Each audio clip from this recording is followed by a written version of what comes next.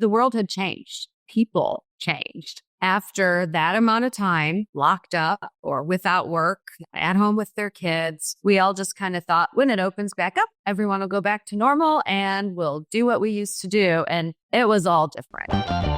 So what does it really take for your business to attract world-class talent today? I'm Dave Travers, president of ZipRecruiter. And on Talent All-Stars, we shine a light on the people and the day-to-day processes behind recruitment and retention at some of the world's most influential businesses. Our guest today is responsible for hiring up to 100,000 team members a year at more than 650 stores for a beloved brand.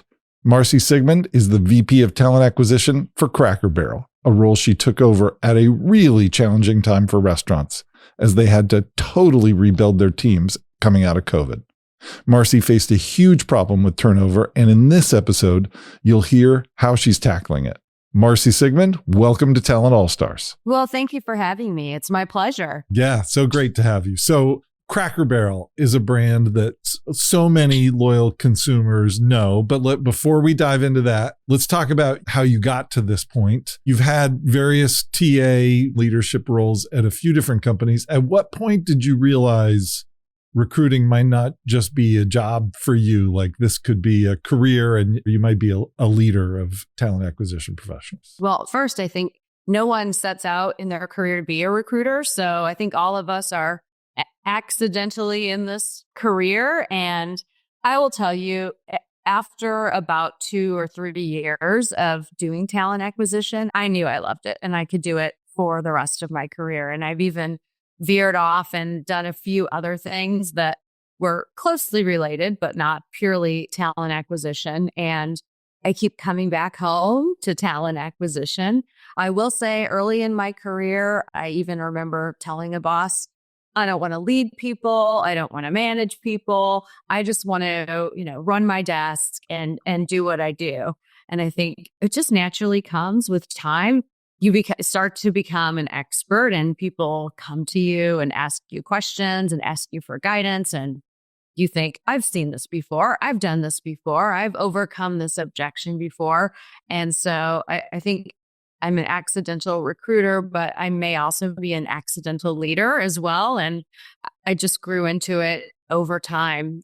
And I think really leaning on my experience and expertise. Awesome. So there you are. You're excelling in your career. You've had leadership positions in so many cool different places, but then you get this opportunity a couple of years ago at Cracker Barrel. What was that like, taking on a new responsibility at a company that means so much to lots of people? Well, first it was an honor and a big responsibility because we can't serve all of the guests who love us unless we have staff and unless we are staffed. And I happen to be the person who joined right at the tail end of COVID, when we were rebuilding, rehiring. Many of the employees had decided, hey, I'm just going to get out of the restaurant business. Who thought this could happen? Who thought I would be in a job where it's a non-essential job? So maybe I should find a new line of work. So we had to go out and find new people who wanted to join this industry, bring back some of our former employees, but they were about halfway through the rebuilding process when I joined. So it was a huge challenge, and Cracker Barrel is doing a huge transformation right now. It's really exciting. We were on the very beginning stages of that. When I joined, we had to get creative and do some things really fast, but great company, really easy to hire for because it's a great place to work. So you join as a brand new leader as a company needs to staff back up, and you're in the middle of the Great Resignation. Turnover everywhere is super high. There are labor shortages everywhere. And so how did you approach that? How do you even begin to tackle that when you have to hire, 100,000 people in a year or something like that? Well, honestly, the world had changed. And we say the world had changed. I think the thing we all didn't think about was people changed.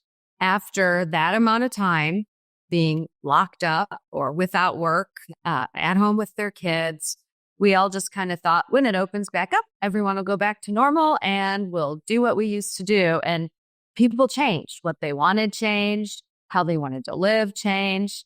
So we had to do a lot. It was a lot of trial and error, right? The old way of hiring people and selecting people and employing them and training them, it was all different. So how I approached it was I first said, okay, what's happening? So let's analyze what's happening with our hiring, with our retention. Where are the areas that are most impacting the business? And what we found was we can hire hourly people and we can get that under control. But what it really starts with is the managers. So the managers are so critically important in all of those stores. And we have over 660 stores. And without leadership, those stores cannot function well. So my team and I took apart what's happening with the hiring, what's happening with the turnover. It was crazy. It was like 30%. It was much higher than we wanted it to be. And we changed just about everything we did about hiring those managers and specifically focused on let's get people in those roles who are really well suited for those roles and who we think have the best chance of success. So when you're hired to take on a leadership role and you're in the middle of a crisis where turnover is super high, the economy has gone through these huge ups and downs of COVID, I can imagine that there were some people within the company who were going to resist change and who might not have believed that when you come in and say, okay, we're going to change everything, they might not have believed that it was going to work. And so how did you bring the skeptics along? How did you build a coalition to support you in making so many changes? Well, with data. So having information, presenting information. In this particular example, it was kind of easy because the way we were hiring was qualitative. I like you. I think I'll hire you.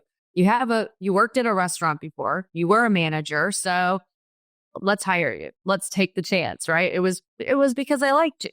And I was able to say, we could do a combination of the because I like you and because you have the right background. And let's add some data in there. Like, how do you like to work? How do you like to lead? How do you think? Would you be good at providing hospitality? We can measure some of these things with some assessments. And so we didn't remove what we were doing to hire. It added to it. And so it makes a lot of sense to leaders when you can come in and say, we're not doing horrible selecting talent now, but what if we had a lot more information about people to make an even better decision? And not just for us, but it's just as important for this to be a perfect or a really great match for the person we're hiring. And we're doing them a service by hiring them into a job that they probably will do well at. We're doing them a disservice if the information we have tells us this person's probably not going to do well at this job, but we're desperate and we need managers, so we're going to hire you anyway. So that doesn't do anyone any good. And it ends up costing money. It's a bad experience for a person who may have left a perfectly good job to come take our job when we knew they may or may not. They probably won't make it anyway. So it was an easy sell to make that change. I tell you, the hard part about it, though, was I might have sold it too well because everyone was really excited and we started using our new tool that we built, our new assessment. And about 4 months later, everyone was like, well, where are the results? Let's see the results. We need to see the data. And I had to say, well, these things take time to work, right? Right. You hire 1,000 people a year. I mean, we'd only hired, 72 at that point, and there wasn't enough data to have a meaningful sample size. So I think the hardest part of it was you have to be patient and let the process work for a while. So it can only work as you hire people. And then you can do a look back and say, here's what it did for us. And so that's kind of where we are now. Do you remember that first moment when you saw that piece of data that had baked enough to start to tell the story that this was working? Yes. And actually, our own data was starting to tell the story before we had the data from the assessment. So turnover was going down. Just our number of no-shows was going down. Our time to fill was shortening, which, we're not about speed, we're about quality, but speed helps, right? Speed never hurts. So we saw the turnover starting to incrementally go down every month, really. And we've gotten it down like 10% since we started using the tool. Now let's take action on some of this information we have. What can we do with this besides the initial goal, which was to reduce turnover? So we want to continue driving through that, but we talk so much about turnover, and it's not always about turnover. As a matter of fact, I worked for a company where we devised a similar process to solve the problem of turnover. And we did. And 5 or 6 years later, we were still using the same process. But what we learned was we only devised that tool to reduce turnover. We didn't devise it to ensure that we were hiring people who like to sell.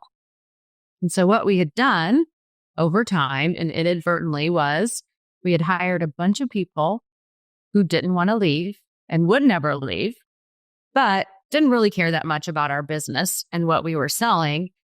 They just liked working for us. And it was hurting our business because, there's so many seats on the bus, and we were taking up some of those seats with people who didn't really have a connection to what we were doing and didn't drive business. So I always caution, let's solve one problem at a time, but let's make sure we're not creating a different long-term problem for ourselves down the road. I love that. So you come in the midst of a crisis and you don't face that much resistance because everyone cannot argue with the fact that there's a crisis of turnover and it's happening in the whole economy. It's happening to you at Cracker Barrel. And now, as soon as you see that it's working, your first instinct is, rather than say, okay, we've figured it out, let's not change anything anymore. It's, okay, now what's the next thing we're going to do? And how can we improve this? What are the unintended consequences? How do you even approach that? When something's working, you've reduced turnover dramatically and achieved this big goal. How do you then decide when's the right moment and what's the right next hill to take? Usually the business will tell you either directly or indirectly. And so I think that was a big learning just throughout my career, is how you grow from, focusing on filling a job to focusing on your client's needs and how you're filling jobs for your client or your business group. And then understanding the business. What are we trying to do? Why are we here? And then really, as a TA leader or an HR leader, your job is to align the people's strategy to fulfill those goals. And so if you read your annual report, listen to your leader speak, they will tell you exactly what we need to do. And then you just have to do some thinking and take some partners to understand how can we adjust our people strategy to support fulfilling that goal. And that's the secret sauce right there. Your leaders will tell you, your business will tell you what needs to be done. What's powerful about that is that if you're a superstar individual contributor, emerging manager, starting to manage a few people, the things that will make you successful in that phase of your career, of sticking to your knitting, driving your metrics, teaching maybe some people around you doing the same thing to do better, are different than the skills it's going to take when you're leading the whole talent acquisition team like you just described. And now, rather than just be a recruiter, you need to say, hey, there's information out there from my CEO, from my leadership team, from public reports, whatever, and around the water cooler from my boss about what's going on with the company strategically beyond just my own function. And I need to be a consumer of that. I need to engage with it. I need to ask clarifying questions for what this really means, and then think about, okay, how do I apply that back? And so knowing how the sales team is performing, even if they're not churning out and having a retention problem, is a critical piece of business feedback as a talent leader. I think that's one of the best questions, is what are we trying to solve? And then asking, what do we get out of solving that? And then doing your work on the back end to say, how do we support that with a people strategy or a hiring strategy?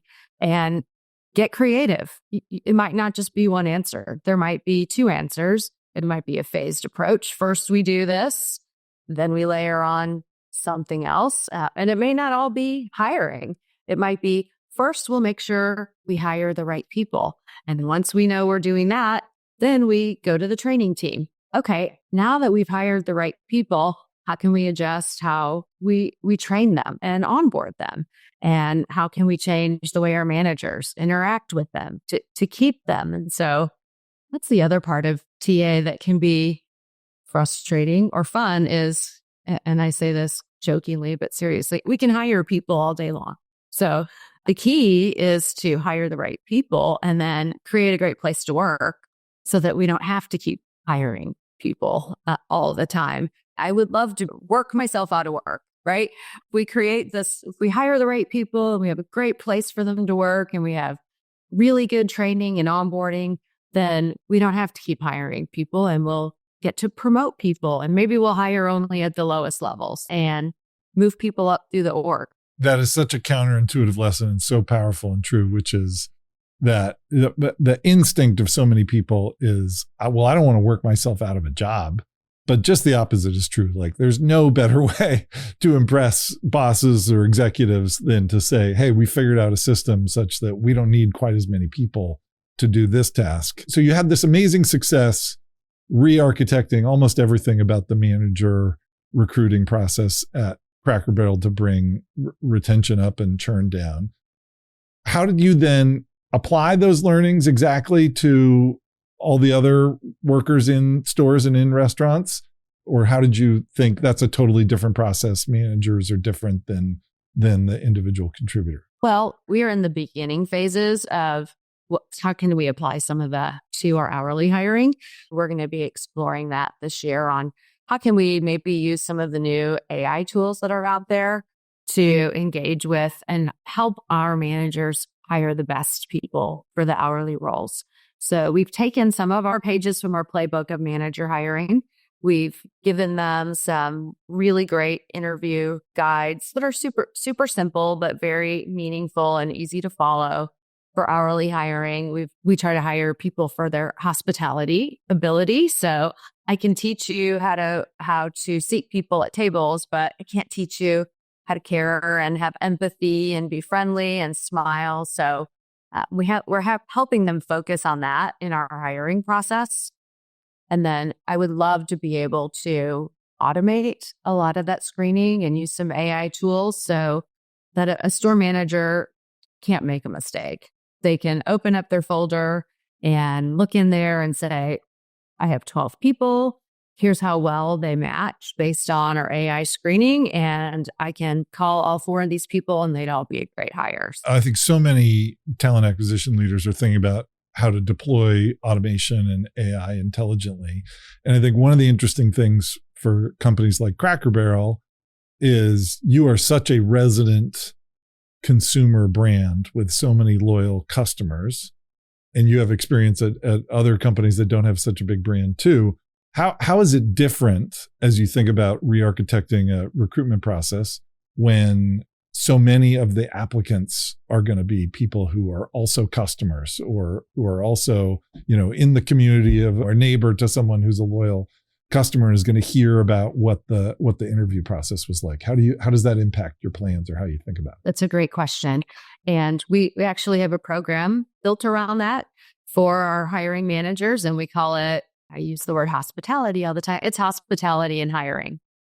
So we put everyone through an hourly hiring training. And part of that is how do we treat people when they come in to our restaurant and say, hi, I'm Marci. I like to work here. And I'm telling you that I'd like to spend more time here with you, maybe than I do with my family. And we want them to be treated the same way that any other customer who walks through the door would be treated, greeted with a smile, asked if we can help you. We don't want them to come in and talk to a manager or a person and say, we're not hiring, or, hey, go home and fill out an application. We'll call you, or wait over there, or we'll try to grab somebody for you. We've actually given them training that these people are our customers. And if they don't have a good experience through the hiring process, or even just through I'd like to fill out an application process, they're not going to come back and eat here. And they're going to tell their friends and family, hey, I wanted to work there, but they wouldn't even talk to me, or I walked in and they sent me home. And we want to ensure that our managers know that everyone's a customer that walks through our door, and everyone's a guest, and we want to greet them with a warm welcome. Okay, I want to go to the rapid fire section of the conversation here. So first one is, hey, we've been in the middle of this amazing transformation of manager hiring and now hourly hiring. What's the best way I should think about measuring the impact of the talent acquisition team over the next year? Good question. So I think we do always have the basic metrics, which is what's our turnover? 90-day turnover is a big one. So I like to call it the retention. We want to raise our retention. I like to call retention more than turnover. So let's raise our retention. Staffing levels for us. So we know how many servers, how many hosts, how many to go. So staffing levels, we want to be at or close to 100%. We want to have a very, very few number of stores that we call them critical, which I don't think we have any now, thankfully, but those are stores that need, for example, more than 10 servers. We'd have some threshold. So we want to measure those.